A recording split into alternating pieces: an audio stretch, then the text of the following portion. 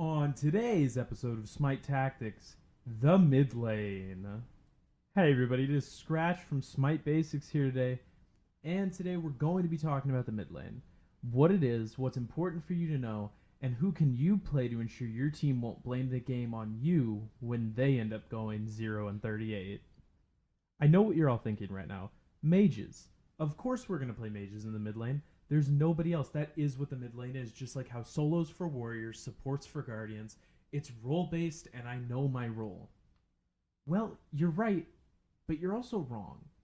While understanding that a mage is what the mid lane needs is an amazing start to understanding this game as a whole, there are exceptions to this, and some mages will not do the job. Sometimes another class will get its moment to shine in the mid lane. So in the mage case, who doesn't work as a general rule? Well, gods like Ao Kuang, Hel, and Hades are the three that immediately stick out in my mind as characters you should never pick when this game is in the balance. These reasons are that they can be very hard to use, and even under perfect comps, cannot do the job a mid laner is needed for. Now, what is a mid laner needed for?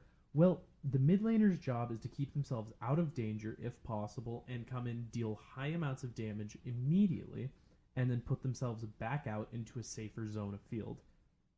Why the game is played like this is because you are the main damage for your team, with the solo being the tank, jungles hitting the mid and late game and losing some of their presence.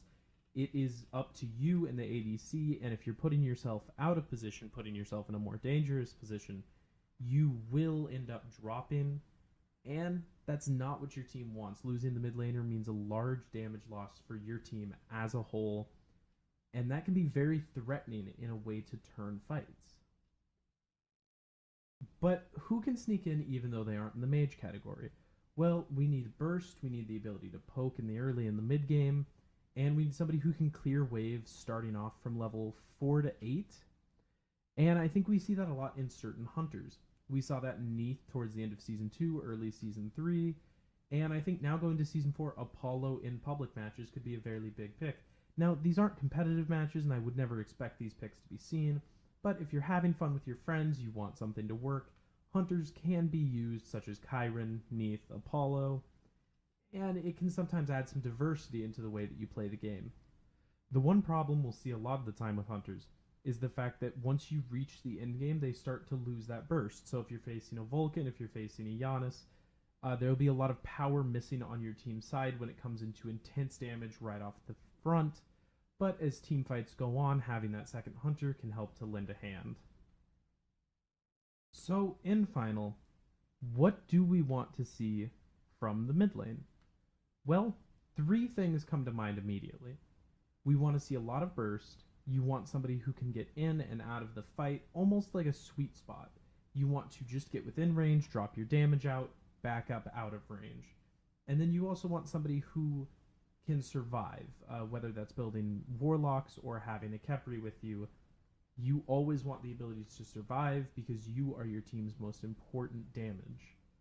Without you, a team can lose a lot of power, and it can often turn fights into a way, whether that's making it so that you lose two Phoenixes or making it so that you lose the Fire Giant fight from you being out of position. Your death can end up tweaking a lot of how the fight goes on, as you are one of the two most important roles.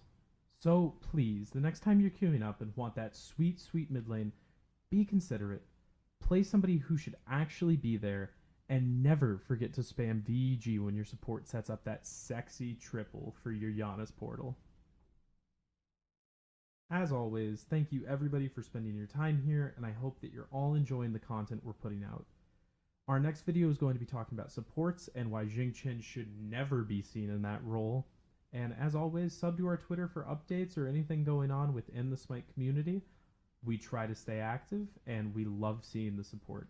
Thank you guys so much, and everybody have an amazing day. Smite on.